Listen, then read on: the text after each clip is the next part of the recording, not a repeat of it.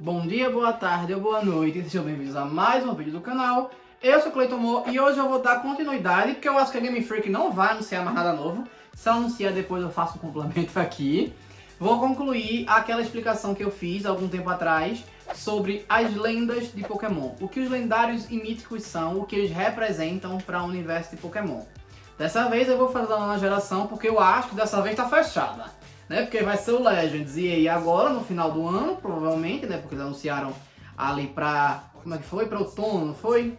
Foi pra outono? Foi pra outono. Pra outono desse ano. E aí, ano que vem, 10ª geração, então não acho que vai ter mais da nona não. Então vamos lá que também tem um monte de lendários.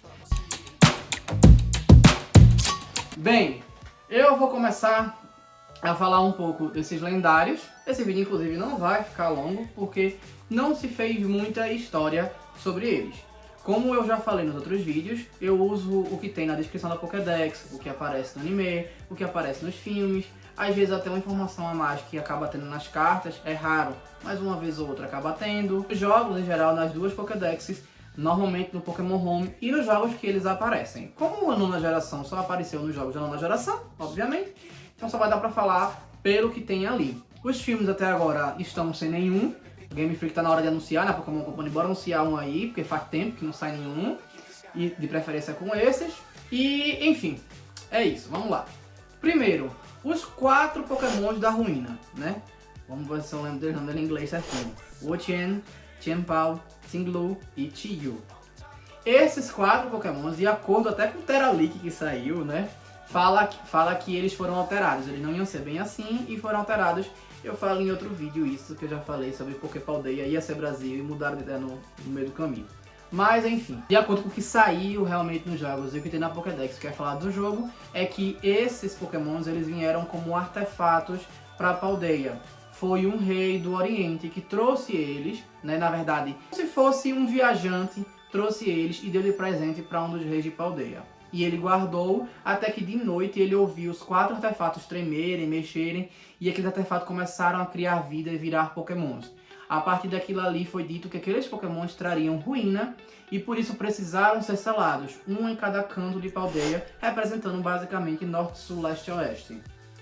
Cada um deles é associado a uma coisa. Por exemplo, o Wo-Chien, ele fala que criou vida a partir de umas tábuas de madeiras que foram usadas para escrever os feitos ruins de um rei específico no passado, como se tudo aquilo tivesse amaldiçoado aquelas tábuas. Aquelas tábuas se juntaram às folhas mortas, né, as folhas caídas das árvores que estavam próximas e virou um Pokémon.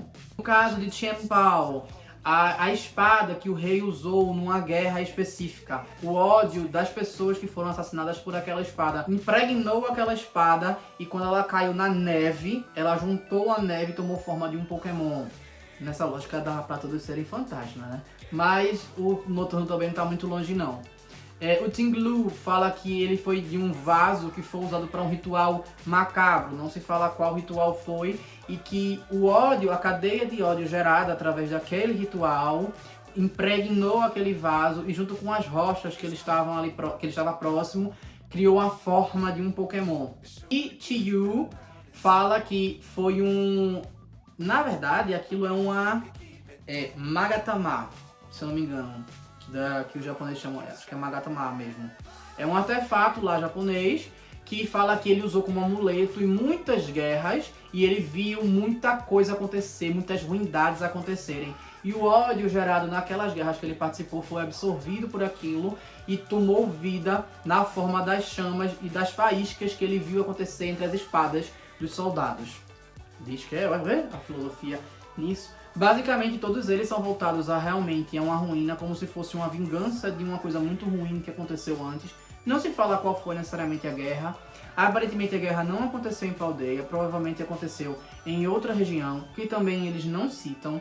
Não sei exatamente qual é a relação. Na minha cabeça eles faziam a relação a Norte, Sul, Leste e Oeste, para fazer uma referência quase às estrelas, a bússola e tal, aquele caminhar. Pra mim ainda fazia mais sentido estarem no Brasil, pelas localizações, mas enfim, ficou por isso mesmo. E até porque, tipo, Norte ia ser Wo-Chien, Floresta Amazônica, planta, Chi-Yu, as queimadas do Pantanal, o Oeste, Chien-Pao, os Pampas, o frio, e Tinglu, a parte seca, que tem no Nordeste, o sertão e tal, parará. Faria mais sentido, mas enfim. O que ficou pra lá ficou, essa que foi a definitiva, é que eles vieram do Oriente, Deus sabe de onde, Arceus sabe de onde, e ficaram. A ponto que todas as habilidades deles são pautadas em diminuir alguma coisa de todos que estão presentes, porque eles participaram, entre aspas, de guerra. Então, um diminui o ataque de todo mundo que está presente, o outro diminui a defesa de todo mundo que está presente, o outro diminui o ataque especial de todo mundo que está presente, e o outro diminui a defesa especial de todo mundo que está presente na batalha. E isso tanto os inimigos quanto os aliados. E sem distinção nenhuma, só ele é que fica imune à habilidade, né? Como eu tô falando, é por causa desse ódio que foi trazido. No caso de Koraidon e Miraidon, eu já falei em outro vídeo, é falado como se Koraidon estivesse presente na época que Groudon e Kyogre brigaram a primeira vez, e depois que os continentes, depois daquela massa de terra foi formada, ele quebrou a massa de terra para que Regigigas pudesse levar os continentes para os lugares aonde se situam no mundo Pokémon. Ele é retratado como o Rei Alado. O Rei Alado. Que linda, meu amor. Você é muito criativa. O Miraidon, inclusive eu não tô lembrado da outra alcunha de Miraidon agora. Miraidon é de um futuro completamente distópico, onde o apocalipse aconteceu e ele não tem muito uma função a respeito daquilo ali. Ele simplesmente é uma entidade muito forte que está envolvida ali num grande caos que aconteceu e ele é meio que o salvador daquelas criaturas ali ao entorno. Não tem muita a justificativa dele. Ele também é associado a muita destruição. Talvez até um arauto da destruição, do Ragnarok, do Apocalipse, enfim, a respeito disso. E eles são as versões do passado e do futuro, respectivamente, do Cyclazar, né? É meio que confirmado isso. Depois a gente tem os 4 lendários da ilha do Kitakami. Lá em Kitakami, o que é que rola? Existia um cara e o seu Pokémon. Esse Pokémon era Ogerpon. Eles vieram de um lugar muito distante. Qual lugar? Também não é dito. Eles simplesmente chegam em Kitakami e querem interagir com as pessoas. Só que as pessoas acham eles muito feios. Muito estranhos. E por causa disso eles acabam tendo que se isolar da vila. Eles acabam ficando afastados da vila porque as pessoas não lidam bem com a feiura deles. Tá certo isso? Até que o cara decide criar máscaras. E ele começa a criar máscaras para ele e para Ogerpon, para que eles possam interagir. Disse que ele cria a máscara com um artefato que ele trouxe da região onde ele passou. Depois descobre-se que esse artefato é um cristal que tem o poder de Terastal. E aí ele usa isso como matéria-prima para as máscaras. Tem a dele, tem as 4 de Ogerpon e tal. E aí eles começam a ir no vilarejo com a máscara. E as pessoas começam a interagir muito ali com eles. E eles começam a ter uma troca, eles começam a ser queridos pela população, eles começam a ser... Enfim. Só que o que acontece? 3 Pokémons olham e sentem inveja das máscaras e quer roubar aquelas máscaras. Esses 3 Pokémons são Fezandipede, ai meu Deus, Dog, não sei o que. Mashimashira, que é o macaco, e o Monkey cachorro Donkey. Munkidori, Fezandipede e... ai, o nome dele! Okidoki. Okidogi. É porque é Ine-Inu em japonês. Mas tá. São esses 3 que, teoricamente, já não estão nas formas originais dele. Estão sendo possuídos por Peachrunt. Porque Peachrunt... aí vai ter que voltar pra história de Peachrunt. Segura aí essa de Ogerpon. Segura. O Peachrunt. Momowaro em japonês. Ele é de um lugar muito distante, muito distante, e esse lugar ele foi adotado por um casal de idosos. Ele estava lá meio que adormecido, foi encontrado por causa de idosos, não se fala exatamente de onde foi que ele brotou, de onde foi que ele veio, qual foi a coisa, qual é o lugar dele, mas enfim. De toda forma, eles encontram ele, cuidam dele, até saiu um trailerzinho assim sobre isso, que o Pokémon Company soltou na época, que lançaram o acesso a ele, né? E aí ele conheceu esse casal, bem cuidado por esse casal, e ele usou pra fazer os motes dele, usou o veneno dele pra fazer os motes dele e deu pro casal. O casal adorou e ficou super feliz, super ó. Só que o que acontece? Esse casal ele ficou, como é que diz? Possuído, realmente. Possuído pelos poderes de Petrunt. E por causa disso, eles deram mais amor para Petrunt, mais atenção, só que Petrunt nunca estava satisfeito com isso. Então ele pensou, todas as vezes que eles me pedirem alguma coisa e eu realizar esse desejo, mais feliz eles vão ficar, mais amor eles vão me dar, mais carinho eles vão me dar. Por causa disso, toda vez que eles pediam alguma coisa, ele ia e encantava algum Pokémon para ajudá-lo a fazer a coisa, e eles conseguiam fazer a coisa, entregavam pro casal e o casal ia ficando feliz. Até que um belo dia, o casal pediu uma coisa muito especial, vamos dizer assim. Eles ficaram sabendo sobre a máscara da Ogerpon e eles pediram a máscara da Ogerpon. Aí, por causa disso, Petrunt pensou, legal, eu posso ir para outro lugar, posso conquistar mais pessoas, vou ter mais atenção. Quando eu voltar, eu ainda vou deixar eles mais felizes ainda, porque o negócio é especial. Gostei da ideia. Aí vai-se embora. Só que aí, para ele não ir sozinho, ele já costumava cantar os Pokémons, ele decide encantar 3 deles, que é Okidog, Fezandipti e Munkidori. E aí, o Munkidori no caso, né? Porque macaco, mesmo sendo com U. Mas enfim, Munkidori. E aí ele encanta os 3 e aí a gente volta a história pra Kitakami. Quando chega lá em Kitakami, os 3 veem a máscara do Ogerpon e decidem pegá-la. Aí o que acontece? Eles vão, invadem, ficam observando ela e se esgueiram pra ir pra caverna que ela morava com um amigo dela, que era um ser humano, né? Só que o que acontece? Quando ela sai, é que eles invadem. Mas eles pegam e atacam o ser humano. E ele tenta defender as máscaras, mas só consegue defender uma. A Turquoise, né? A normal dela lá, a de planta. Enquanto que as outras 3 são roubadas e durante a briga ele vem a... E aí eles fogem. Só que o que acontece? Quando o Ogerpon chega e vê o que aconteceu, ela fica possessa. Pega a máscara dela, coloca na cara dela e vai atrás do rastro dos outros. Quando ela encontra os outros 3, ela encontra eles passando pelo vilarejo. E aí ela vai e ataca eles. Só que o que acontece? Ela estava tão enfurecida que a população acha que na realidade ela está com raiva da vila. E aí os 3 atacam ela de volta. Mas ela tão enfurecida, tão raivosa, ela 3 Pokémons. Ou assim acredita-se que foi a lenda. Por causa disso, a população fica completamente em choque e começa a abominá-la, chamando de monstro, nesse caso de Oni, né? E aí ela percebe que fez um negócio que passou da conta, mas aí o que ela faz, ela não passa a odiar a população por causa disso, ela fica triste, porque no final das contas ela perdeu tudo. E aí ela pega e volta para a caverninha dela e nunca sai de lá. As máscaras não são encontradas, basicamente, e ela fica lá no cantinho dela. Ela também não tira a máscara do rosto para que as pessoas não pudessem reconhecê-la. E a lenda fica como isso. Ela é tratada como vilã por muito tempo, até que você chega lá e esclarece as coisas. Esses 3 Pokémons, o Munkidori, Okidog e Fezandipiti, são considerados lendários, até porque eles meio que renascem. Eles morreram ao tempo deles. O festival foi feito em homenagem a eles, dizendo que eram bons amigos, que protegiam a vila, tudo mais, aquele negócio todo, quando na realidade foram eles que causaram a grande confusão por causa do Petrunt, né?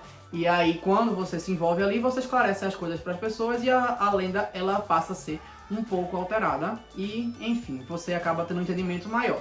Mas uma observação, a questão de lenda aqui, como vocês podem ver, eles não têm nenhum papel importante estruturalmente no meio ambiente. Nem a Ogerpon, nem Petrunt, nem os 3 que foram possuídos pelo veneno. Da mesma forma que esses 3 foram possuídos pelo veneno do Petrunt, aparentemente não é a forma original deles. Eles foram alterados pelo poder do Petrunt por causa daquele negócio que ele bota no pescoço deles, na cintura e tal, de veneno. Então talvez um dia venha aí a forma original deles como uma regional, né? Quando a gente for para aquela região do Petrunt, ou alguma outra região que a Game Freak decidir fazer e colocar ali como original deles. Mas eles são uma lenda, que é o princípio básico de ser um Pokémon lendário. É ter alguma coisa, algum conto, algum mito. Então isso abre um leque muito grande que às vezes a gente esquece que ele não precisa necessariamente estar em grandes contextos naturais para ser um Pokémon lendário, porque ele precisa ser uma lenda. Se ele está envolvido em um mito, uma lenda, então ele é um Pokémon lendário. E assim, não tem muitos, né? Foi um específico. No caso, é igual, tipo, Zacian Zamazenta, basicamente. E aí vamos falar de Terápagos. Inclusive, se estão gostando, curtam, comentem, compartilhem e se inscrevam no canal. Terápagos é bem peculiar, porque fala que ele viveu há muito tempo atrás. E uma descrição na Pokédex dele me faz crer que eu tava certo quando eu falar que era para ser Brasil. Por quê? Porque fala que ele vivia em Paldea muito antes de acontecer a fenda entre Paldea e outra região que não falam o nome, né? Quando os continentes estavam juntos, então basicamente quando Coraidon dividiu ali. Ou seja, ele é muito arcaico. E ele era de uma espécie de Pokémon a qual todos os outros foram extintos, menos ele.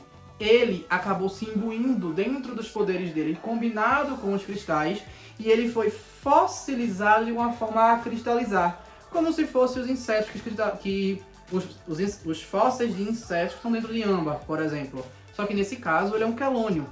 E aí por causa disso, ele virou uma espécie nova. Então quem sabe um dia Terápagos ganhe um Ancient Reversion, ou tenha um Paradoxo do Passado, ou tenha, sei lá, a forma original, alguma coisa desse tipo. Mas fala que esse processo deixou ele em dormência, né? Essa fenda que aconteceu fez ele cair, ficar no lugar lá, adormecer, entrar em hibernação por muitos anos. E esse poder foi acumulando nele e basicamente ele é meio que tratado como o originador do Terastal, como se justamente o poder dele combinado com aqueles cristais que deu origem ao Terastal. Até porque, se você prestar atenção, o Cry do Terápagos é o mesmo Cry que acontece quando você faz o Terastal. Um negócio assim, meio assim, que acontece é o mesmo. E essa é a relação dele. E aí, pra finalizar, a gente tem os 6 paradoxos, os 3 do passado e os 3 do futuro. E quem eles são na fila do pão? Bem, nenhuma descrição da Pokédex, nem nenhum jogo deixa claro o suficiente. O Entei, no caso o Gats Homura, né, o Gaussian Fire, ele aparece no anime, mas também não se fala muito a respeito dele. A única coisa que o anime fala é que Paradoxo é um conceito novo e que há um tempo atrás ele foi citado como Entei. Então muito provavelmente a Game Freak vai se aproveitar disso para que esses 6 Pokémons estejam em lendas que achavam que eram as versões que a gente conhece, né? Tanto os 3 espadachins quanto as 3 bestas lendárias.